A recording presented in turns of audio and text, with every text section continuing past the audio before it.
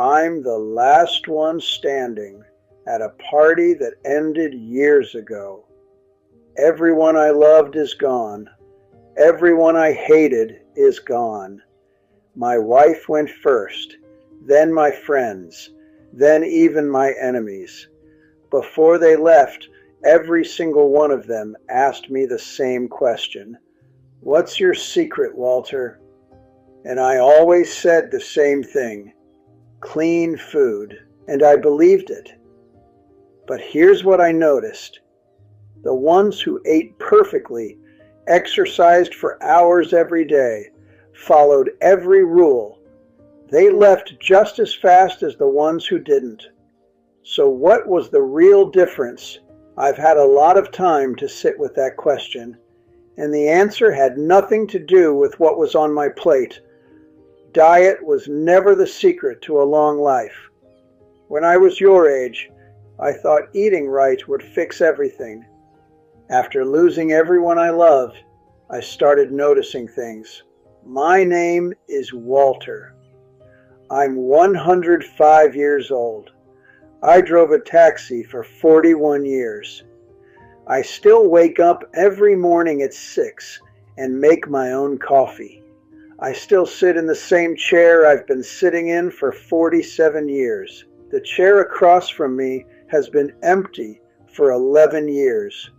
I stopped moving it. People come here, reporters, doctors, neighbors. They all want the same thing, the list. What do you eat, Walter? How many hours do you sleep? Do you take vitamins? I give them the list. They write it down. They leave happy. I'll give you the list too. But if I stop there, you'll leave just like they did, happy, having missed the whole thing, because every single one of them missed the point. Nobody ever sat down and asked, Walter, what kept you going after everyone was gone? Walter, how do you wake up after 105 years and still decide it matters? Those were the questions I always waited for, but nobody ever asked them. They wanted my food list, my sleep schedule. If sleep alone extended life, half the people I knew would have lived forever. Maybe you're wondering about the list too. Well, the list. 2 eggs every morning, fried in butter. Real meat twice a week. Vegetables from the ground. Bread, water, black coffee. No powders, no vitamins, and yes, I'll admit it, sometimes a piece of chocolate after dinner. A small whiskey on cold nights. You know, I never starved myself. I never punished myself for eating something I enjoyed. The people who made food into a religion, who counted every calorie, who felt guilty every time they sat down at a table, most of them were miserable.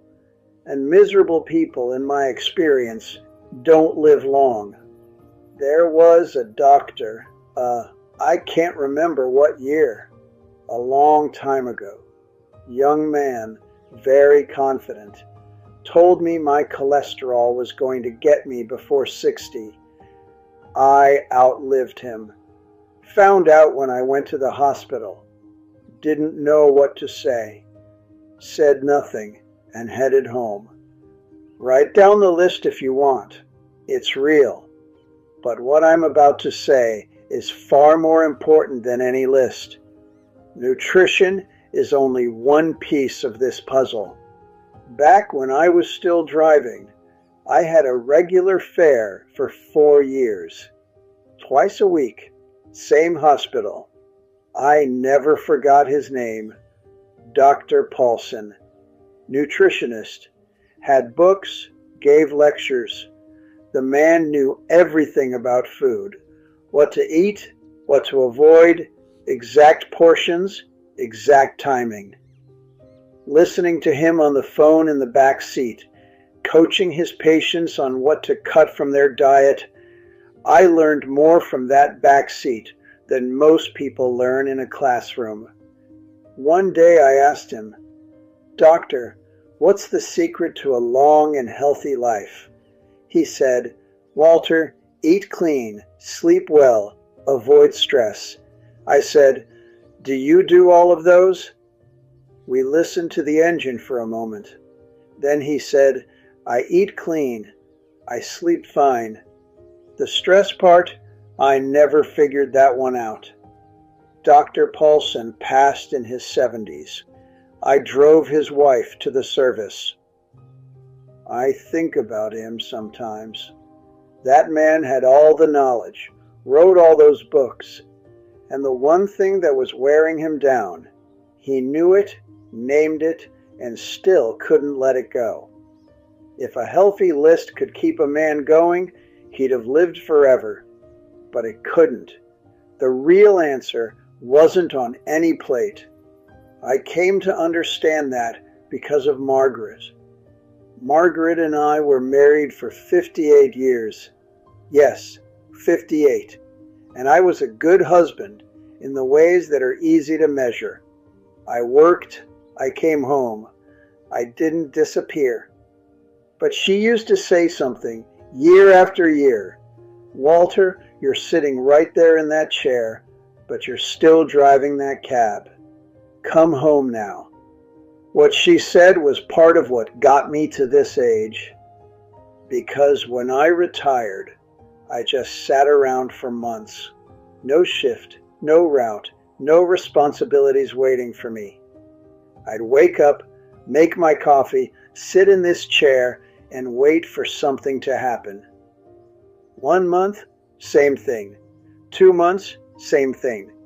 Margaret would walk past, ask if I wanted coffee. I'd say yes. She'd bring it. That was the whole day. My whole life had become a retired man just waiting to go. If you have no purpose waiting for you the next morning, all you're doing is waiting to go.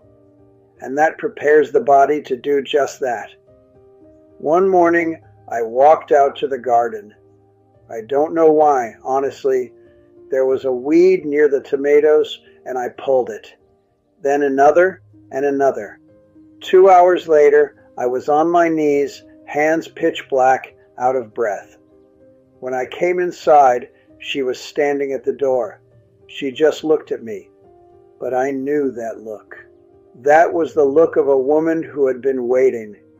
Not for an hour, not for a week, for years. I had found a purpose and gone after it. I wasn't just sitting around waiting to go anymore. A purpose doesn't have to be big. It just has to get you out of the chair. For me, it was the garden. When I turned 70, I started walking 20 minutes a day. I know every crack in that pavement. Those small routines kept me going. If I had spent those years just sitting around, you wouldn't be watching this video. Every day, I gave myself a reason. Not big, small. Stopping to argue with the neighbor on the corner about football. Putting on music at 7 in the evening. Watching for the sunlight through this window at exactly 4 o'clock every single day, like clockwork. Small things, embarrassingly small, but they kept me here. Every morning I had a reason to get up, and they gave my day somewhere to go. The ones I watched go the fastest, they retired from purpose and work at the same time. They just sat down, and the body took the cue. With stomachs full of clean food, they drifted away slowly and quietly. Now here's the part I haven't said yet. The part that cost the most. Margaret passed 11 years ago. It'll be 12 this October. The years start folding into each other after a while. That's one of the hard parts of living this long. The morning after she was gone, I woke up at 6, out of habit. I went to the kitchen and made 2 cups of coffee, put them both on the table, and I stared at those 2 cups for a long time. I couldn't drink mine. Couldn't. But I didn't pour hers out either. I just left it there and sat with it. The coffee went cold. The light in the kitchen changed. An hour had passed, maybe more. And at some point I realized I was still breathing, still sitting, still here, and the day wasn't going to wait for me. The hours kept moving. So I got up, went to the garden, pulled some weeds, walked my 20 minutes, came back, called my son Robert, didn't say much, just talked, and somewhere in that ordinary, painful, unremarkable day, I found a small reason. Not big, just enough. That is the only real secret I have. Every day you have to find a reason. Some days it's small enough to fit right in your hand. My son Robert, 78 years old, 40 minutes from here, called last spring. Said he'd been meaning to visit. Work was busy. He'd come when things slowed down. I said, Robert, I am 105 years old. Come now, or you come when I'm gone. Your call. He came that Saturday. We sat on this porch for 6 hours. He told me things he'd been carrying for 30 years. I told him things I should have said when he was 40. He comes every 3 weeks now. Every 3 weeks. Having good people around you is not a luxury. It's part of how you stay alive. I know that now. And one more thing, because I'm too old to lie. Part of living long is luck. My father lived to 94.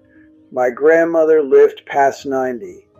The body I was born with had good bones.